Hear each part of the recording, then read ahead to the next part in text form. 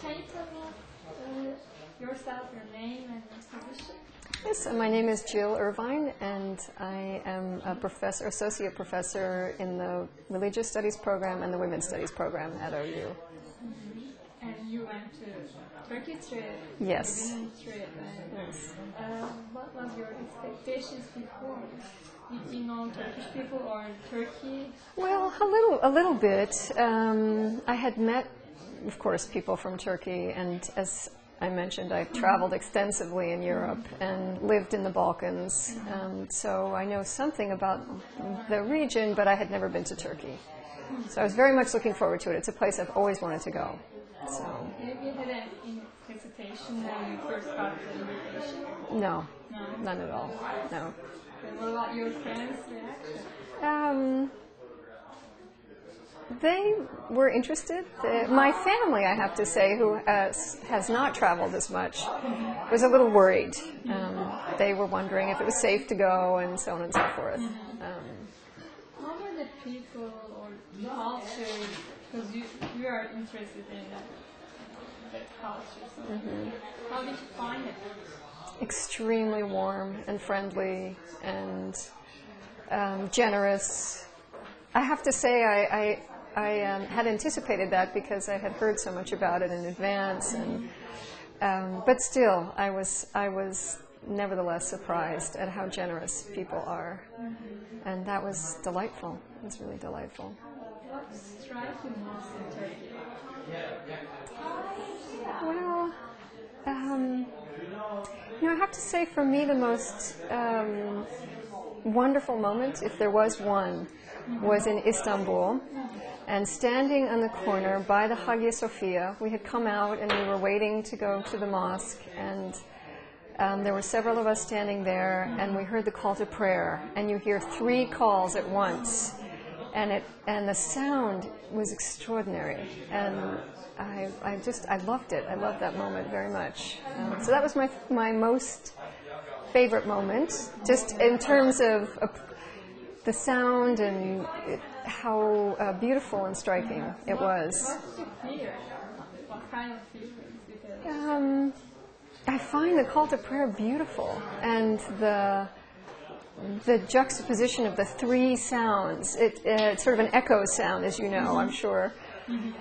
It's extraordinary, and also just the idea for us of such a public call to prayer is very striking and very moving. I love church bells too, by the way. It's just somewhat similar, but very different because it's the human voice, and so I liked that a lot. And other than that, of course, there were many, many places, sound sites, places that we visited. It was very moving to be in places so ancient, Çatalhöyük, and places that I've read about as really the cradle of civilization, some of the oldest cities in the world. That's a wonderful feeling to be walking in those places, and yes, and touching it, and maybe because we were there in the winter, there were not so many tourists that I felt crowded or rushed ever, and that was really wonderful. And as you say, there are many history, right? Actually, Turkey was cradle of many civilizations and religions, and so many diverse people lived in peace together. How did you feel about that? Do you think it is? It gave you some hopes about peace in the world? Yes, and of course, and most of all, the people that we were with and the attitude that they seemed to have about it was most striking. But the place itself is a perfect place to have those kinds of conversations about intercultural dialogue and coming together.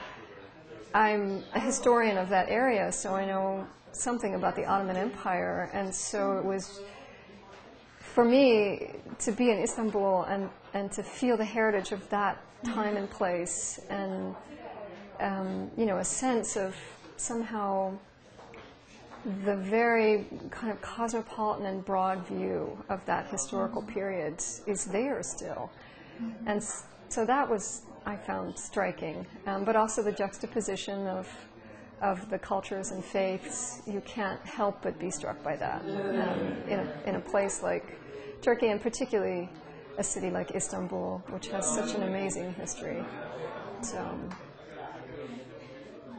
what kind of feelings did you come back with? Did you? I felt full. Very happy, actually. And a part of that, of course, is the experience of leaving one's own life behind, children, responsibilities, work. So that alone was wonderful. But I think more just the sense of being around people so intensely. The people that I went with and the people that we met there. And that sort of filled me up in a way that I hadn't felt in a long, long time, emotionally and spiritually, and so that was, I appreciated that very much. I really liked being able to meet people in houses, and of course it was wonderful to go to Orhan's and Sumayya's wedding, and the sense that you're not just a tourist, you're there sharing something with the people there.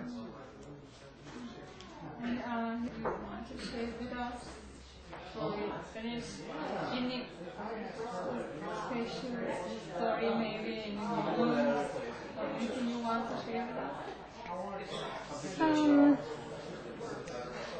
I just would like to thank everyone that I came across for their really extraordinary generosity.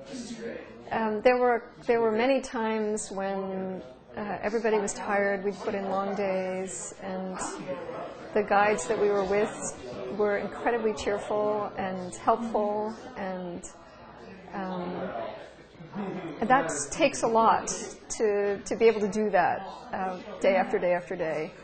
And the people who took us into their homes. One of the things that touched me the most, I guess, was having dinner at people's homes when they gave us gifts when we left. And they had clearly worked so hard to make a beautiful dinner and to take the time to meet us. And what struck me about that was that they were fully focused on us when we were there. They weren't distracted by other things.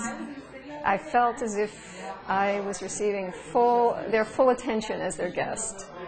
And I think as Americans, we tend to be very distracted, and we multitask, and we're always, personally, I'm always running here and there, and I noticed the quality of the attention, the listening, and the interest, and I appreciated that. Thank you very much. You're welcome.